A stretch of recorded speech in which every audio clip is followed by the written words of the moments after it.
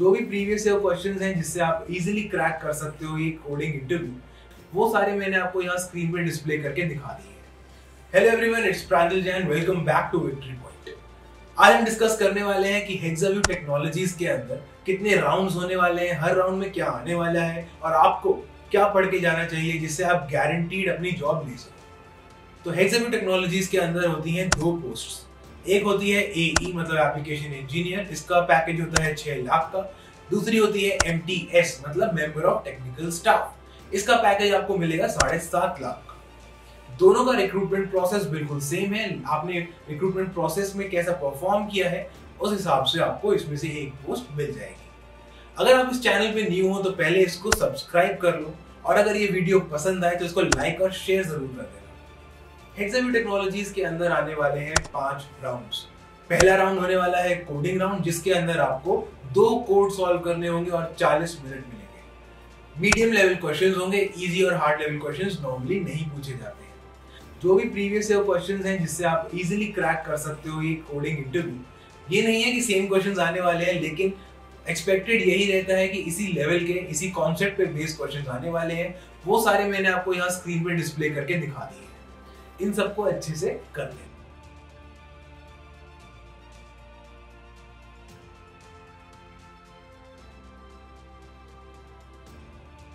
पहले राउंड के बाद जो भी राउंड है आपके, हमारे पास 4 राउंड बाकी हैं। सारे के सारे आपके टेक्निकल पर्सनल इंटरव्यूज हैं, ठीक है। सारे टेक्निकल होंगे और उसके अंदर बहुत डीप में क्वेश्चंस पूछेंगे, काफी सारे अलग अलग टॉपिक्स के। टॉपिक्स कौन से होने वाले हैं उन चारों राउंड में आपको बता देता हूँ। Data structure, OOPS, DBMS, SQL और कुछ पजल्स। इसमें आपको कोडिंग करके भी दिखाने को बोल सकते हैं, तो कोडिंग क्वेश्चंस यहाँ पर भी आपको मिल सकते हैं। तो जो भी आपको पहले कोड्स दिखाए थे मैंने, वापस वहां जाके एक बार फिर से देख लेना। इसी टाइप के कोड्स आपको यहाँ पर भी पूछे जाएंगे और आपको लाइव उनको कोड करके दिखाना पड़ेगा। किसी ना किसी प्लेटफॉर्म को आपको खोल के दे दिया जाएगा, उसके लिंक के थ्रू आपको वहां पे कोड सॉल्व करना पड़ेगा और अपना स्क्रीन शेयर रखना पड़ेगा। तो देखो, इसको क्रैक करने का एक ही तरीका है। जब आप कोड कर रहे हो तो साथ साथ एक्सप्लेन करते जाओ कि आपकी अप्रोच क्या है। अगर आप एकदम शांत होकर चुप होकर कोड करोगे और आपका बाय चांस कोई टेस्ट केस नहीं पास होता है, कोड उस दिन नहीं बन पाता है, क्योंकि यार जिसको अच्छे से आती भी है कोडिंग, कभी कभी उसका दिन थोड़ा सा खराब होता है, कभी कभी कोड नहीं चलता है, नहीं बनता है एक बार में, तो इंटरव्यूअर को लगेगा कि आपको कुछ आता नहीं है। लेकिन अगर आप उसको साथ साथ अपनी अप्रोच बताते हुए चल रहे हो तो उसको पता लग जाएगा थ्योरेटिकली पूरा स्ट्रॉन्ग है। हो सकता है कुछ एक आधी सिंटैक्स मिस्टेक हो गई है या कोई और एरर आ गया है छोटा मोटा, जिसकी वजह से कोड चल नहीं रहा है। सबसे पहले समझ लेते हैं डेटा स्ट्रक्चर्स में क्या पूछने वाले हैं। तो डेटा स्ट्रक्चर्स में सबसे कॉमन डेटा स्ट्रक्चर है आपका एरेज।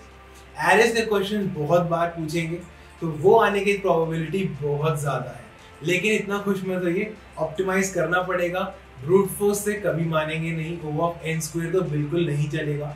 O(n) में सॉल्व करना पड़ेगा। वर्स्ट केस भी अगर नहीं हो पा रहा है, n log n से ऊपर तो आपको जाने नहीं देंगे। तो एरेज को बहुत अच्छे से कर लेना, उसके सारे सॉल्यूशंस आपको समझने पड़ेंगे, सारे कॉन्सेप्ट्स एक बार रिवाइज करने पड़ेंगे कि O(n) तक ले जाते कैसे हैं, ऑप्टिमल सॉल्यूशन तक पहुंचते कैसे हैं। उसके बाद आता है आपका एरे लिस्ट या C++ के लिए वेक्टर्स। आपको डिफरेंस पूछ सकते हैं एरेज और एरे लिस्ट में, तो वो चीज अच्छे से कर लेना कि एरे लिस्ट बनाई क्यों है, उसके यूजेस क्या क्या है।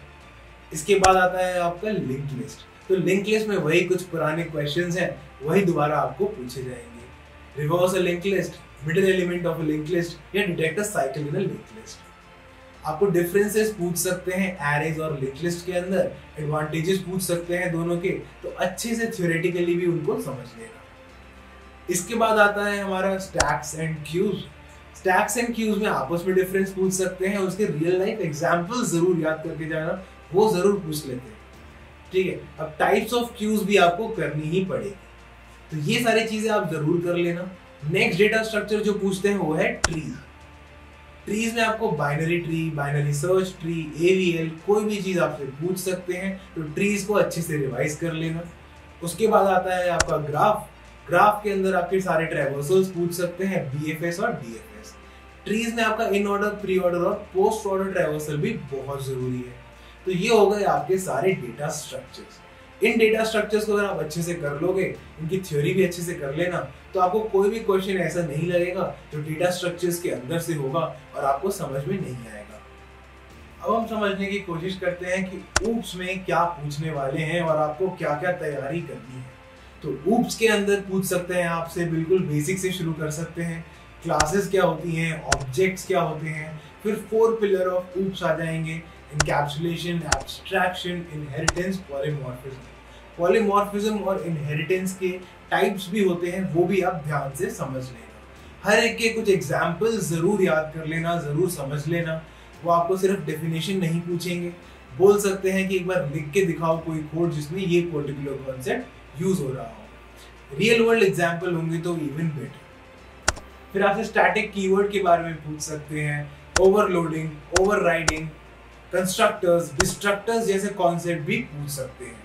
इसके बाद आता है इंटरफेस, एब्स्ट्रैक्ट क्लास, जिसके बारे में वो बहुत डिटेल में आपसे पूछ सकते हैं। तो इन सब के भी एग्जांपल्स आपको जरूर पता होने चाहिए। एग्जैक्ट पूरे कोड, चलते हुए कोड समझ के जाना, चलते हुए कोड याद करके जाना। और आपसे एक सिंगलटन पैटर्न के बारे में भी पूछा जा सकता है। तो चलते हैं नेक्स्ट टॉपिक की तरफ। नेक्स्ट टॉपिक है हमारा डीबीएमएस। डीबीएमएस के अंदर क्या क्या पूछे जाने वाला है एक बार ध्यान से देख लेते हैं। वैसे तो डीबीएमएस बहुत ज्यादा वास्ट है, लेकिन आप इन टॉपिक्स को अच्छे से कर लेना, आपका क्लियर हो जाएगा इंटरव्यू पक्का। ठीक है, तो सबसे पहले क्या है टॉपिक इंपॉर्टेंट, वो है ईआर डायग्राम। ईआर डायग्राम पे काफी क्वेश्चंस आते हैं। उसके अंदर इज अ रिलेशनशिप और हैज अ रिलेशनशिप, दो बहुत ही इंपॉर्टेंट कॉन्सेप्ट्स हैं। इसकी थ्योरी और ये कहाँ प्रैक्टिकली यूज होते हैं, दोनों चीजें देख के जाना। इसके बाद आते हैं आपके जॉइंट्स। जॉइंट्स के अंदर आपको हर टाइप का जॉइन देखना है, हर टाइप की जॉइन की थ्योरी आपको पता होनी चाहिए। आपको जॉइंट्स की एसक्यूएल क्वेरी भी लिखवा के देख सकते हैं, तो प्रैक्टिकली भी आपको पता होना चाहिए ज्वाइन करने से हो क्या रहा है और एसक्यूएल क्वेरी क्या होती है कोई भी ज्वाइन करने के लिए। तो ये चीजें आपको बिल्कुल ध्यान से अच्छे से समझ के जानी है, हो सके तो प्रैक्टिस करके जाना है इस चीज की। इसके बाद आते हैं आपकी नॉर्मलाइजेशन। नॉर्मलाइजेशन आपकी 1NF, 2NF, 3NF, BCNF कुछ भी आपसे पूछ सकते हैं, चाहे थ्योरी रिलेटेड हो, चाहे आपको असली में टेबल देके नॉर्मलाइजेशन वो ऑन द स्पॉट करने को बोल दें, तो उसको भी प्रैक्टिकली करना कैसे है, 1-2 क्वेश्चन प्रैक्टिस जरूर करके जाना। उसके अंदर फिर आपसे पूछ सकते हैं प्राइम एट्रीब्यूट्स क्या होते हैं, ट्रांजिटिव डिपेंडेंसीज क्या होती हैं, पार्शियल डिपेंडेंसीज क्या होती हैं। नेक्स्ट चीज जो आपसे पूछ सकते हैं वो है की। हर टाइप की की अच्छे से समझ के जाना। प्राइमरी की क्या होती है, कैंडिडेट की क्या होती है, सारी टाइप की कीज आपको समझ लेनी है। और अगर आपको टेबल दी जाए तो आप बता सको, आइडेंटिफाई कर सको कि इसमें से कौन सी की कौन सी है। फिर आपको एसक्यूएल क्वेरीज पे ड्रिल करेंगे, एसक्यूएल क्वेरीज जरूर पूछेंगे। डीएमएल क्या होता है, डीडीएल क्या होता है, डीसीएल क्या होता है और उसके अंदर कौन कौन सी क्वेरीज आती है।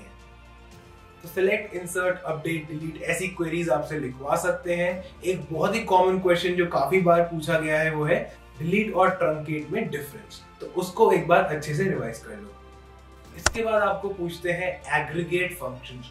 एग्रीगेट फंक्शंस कौन कौन से हो गए, सम हो गया, काउंट हो गया, एवरेज हो गया, तो इन सबको भी अच्छे से एक बार देख लेना, एक बार रन करके देख लेना सारी क्वेरीज, जो एक्सपेक्टेड रिजल्ट है वही आ रहा है या नहीं आ रहा है, और इसकी थ्योरी भी अच्छे से समझ लेना। फिर आपको और डिटेल में पूछा जा सकता है जैसे कि सब क्वेरीज के बारे में। अब वो 2 टाइप की होती हैं, नॉन कोरिलेटेड और कोरिलेटेड। दोनों टाइप की सब क्वेरीज आपसे पूछी जा सकती हैं, लिखवाई भी जा सकती हैं। अब ये कोरिलेटेड और नॉन कोरिलेटेड सब क्वेरीज क्या क्या होती हैं, उनमें डिफरेंसेस क्या क्या हैं, ये सारी चीजें अच्छे से देख लेना। कुछ और टॉपिक्स हैं जैसे व्यूज, ट्रिगर्स, इंडेक्सिंग, इसके बारे में भी आपसे पूछ सकते हैं। अब आपको नेक्स्ट एसेट प्रॉपर्टीज के बारे में भी पूछा जा सकता है, तो एसेट प्रॉपर्टीज बहुत अच्छे से कर लेना। तो थोड़ा सा लेंथी है डीबीएमएस का सिलेबस, इसको एक बार अच्छे से कर लेना, सही से रिवाइज कर लेना, क्योंकि ये आएगा जरूर एग्जाम में। ठीक है, और इजी लेवल का नहीं आएगा, मीडियम लेवल का आप एक्सपेक्ट कर सकते हैं कि एसक्यूएल क्वेरीज भी आपसे लिखवाई जाएंगी, थ्योरेटिकली भी आपको बहुत ग्रिल किया जाएगा। तो डिटेल में आपको असली में पता होना चाहिए कि काम क्या है हर एक क्वेरी का और यूज कहाँ पे आती है। सिर्फ ऊपर से थ्योरी देख के चले जाएंगे तो ये इंटरव्यू क्लियर नहीं हो पाएगा। कुछ बहुत ही कॉमनली आज एसक्यूएल क्वेरीज हैं जो इस इंटरव्यू में जरूर पूछी जाती हैं, वो आपके स्क्रीन पे यहाँ पे मैंने डिस्प्ले कर दी है। तो चलिए चलते हैं नेक्स्ट सेक्शन की तरफ। नेक्स्ट सेक्शन है हमारा पजल्स का।